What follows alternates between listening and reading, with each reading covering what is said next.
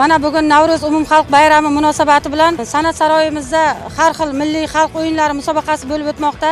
Ushbu musobaqalarda uyushgan va uyushmagan yoshlar o'rtasida sportchilarimiz qatnashib kelyapti. Hozirgina Arg'amchida sakrash bo'yicha musobaqada ushbu birinchi o'rinni Qumqo'rg'on tumani qizlari egalladi, ikkinchi o'rinda Chorch tumani qizlari egalladi va uchinchi o'rinda Termiz tumani qizlari egalladi.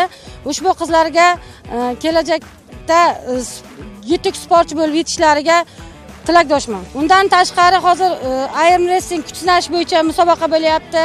Arqon tortish, stol tennisi, har xil sport turlarida musobaqalar bo'lib o'tmoqda. Barcha sportchilarimizga omad tilab qolaman.